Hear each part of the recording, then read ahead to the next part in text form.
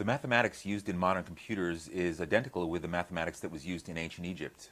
And I'll show you how that works. Today, when we write a number, we work in powers of 10 and place value. We have the ones, the tens, the hundreds columns. So if you wanted to say 472, we're really saying 4 100s, 7 tens plus 2 ones. But the way that this occurs in modern computers is not place 10 value, but place 2 value. So their powers are 1s, 2s, 4s, 8s, 16s, and so forth. So if a computer wants to think of the number 16, let's say, well, if a computer wants to look at the number, let's say 14, it's 1 8, 1 4, it's 12, 1 2, and no ones. This kind of arithmetic is appropriate for computers because they deal with electricity, which can either be on, represented by 1, or off, represented by 0. The flow of electricity or no flow of electricity, these powers of 2. Now, the way the ancient Egyptians developed this can be seen in the way that they would multiply.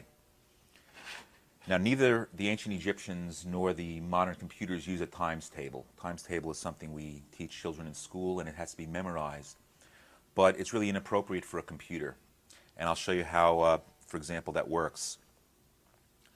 The modern computer designers, as well as the ancient Egyptians, were aware of the mathematical fact that any number can be shown to consist of the sum of powers of 2. What I mean by that is if we write the powers of 2, 1, 2, 4, 8, 16, and so forth, you notice there's a doubling going on.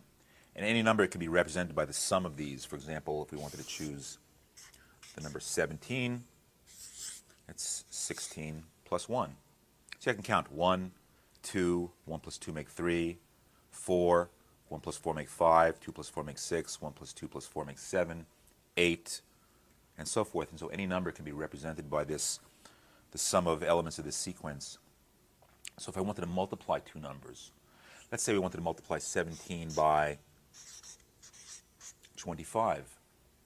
In order to multiply the way the Egyptians did and the way that computers do, all you have to know is how to double numbers like this and how to add two numbers together. No multiplication table needed to be memorized. So 17 times 25, I've identified the elements of 17 as 1 plus 16. And in this column, I write the number 25, and I just keep doubling it. Twice 25 is 50, twice that, 100, twice that, 200, twice that, 400. So in order to know the product of 17 times 25, we just have to look at which numbers are circled over here and circle the corresponding ones over here and add them together. So 17 times 25 is 400 plus 25, or 425. It's that simple. No memorization, no times table, no tears in the third grade about this. And this is how computers do it as well, except instead of circling or not circling a number, they would have a 1 or a 0. So in other words, the number 17 in binary arithmetic by computers is 10001. Or electricity, no, no, no, and electricity. And that will give us the sum. And that's how this works. Now, division in computers or in ancient Egypt is just the opposite of multiplication. It's the inversion. So let's say we wanted to divide 1075 by 25. Now, we don't want to use the multiplication table, nor do we want to use any kind of long division. And the way to do it is like this. Simply write out the powers of 2, 1, 2, 4, 8, 16, 32, and so forth. Here again, just the powers, the doubling of 25, 50, double that, 100, 200, 400, 800. I stopped there because if I went further, it's 1600, which is larger than 1075. And if I know that 1075 is 800 plus 200 make 1000, and 50 and 25, I just have to look across at the numbers that correspond there, or in a computer there would be an electrical circuit. And if I know that 32 plus 8 is 40, 42, 43. So 1,075 divided by 25 is 32 plus 8 plus 2 plus 1, 43. No multiplication table, no long division, no carrying, no borrowing. It's just very straightforward. Now, how did the ancient Egyptians know this?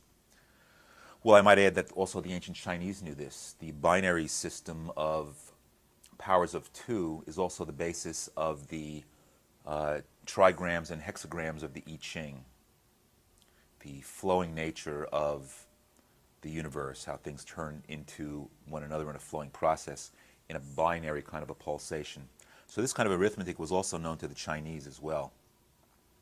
Now, did the modern computer people look to the ancient Egyptians or the Chinese? No. In fact, they didn't look to each other, but they all looked to the same place, and that is to the eternal principles of mathematics. And the Egyptians were quite adept at looking at eternal principles. So let's do an example of 13 times 24. The method involves 4 steps. The first step is to take the number on the left and repeatedly divide it in half until you get to the number 1. So we'll take 13. When we divide that in half, we get 6, and we'll ignore the remainder. When we divide 6 in half, we get 3, and when we divide 3 in half, we get 1, and we'll ignore the remainder of 1. So the first step is to take the number on the left and repeatedly divide it in half. The second step is to take the number on the right and keep doubling it. So the number 24 when doubled is 48. Then we're going to double this number again to get 96. And finally, we double 96 to get 192. The third step is to modify our table by crossing out any row that starts with an even number. In our table, only the row that starts out with 6 is an even number, so we're going to cross out the entire row. The final step is to add the numbers in the right-hand column. So we need to add up 24, 96, and 192. And when we do that, we get the result of 312, and that's our answer. 13 times 24 is 312. Let's do another example to see how this method works. Let's say you wanted to do 16 times 26. The first step is to divide the number on the left in half repeatedly. So dividing 16 in half, we get 8, and then 4, 2, and finally 1. We take the number on the right and we repeatedly double it. So from 26 we get 52, 104, 208, and 416. The third step is to cross out any row in our table that starts with an even number. And in this table we have a lot of even numbers. So we cross out the first row, the second row, the third, and the fourth row. The only row that remains is the last row, and so that's our answer, 416. And in fact, 16 times 26 is 416. The Gregorian calendar, if you've studied history, you know that the Gregorian calendar did not go down very easily with indigenous people. The Gregorian calendar went out with the Spanish and with the Catholic bishops, and they conquered lands and then told people what day it was. Most civilizations already had their own calendar, see? And then these guys come along and say, no. This is the day. It didn't go down very easy. They had to kill millions and millions of people to get them to follow this Gregorian calendar.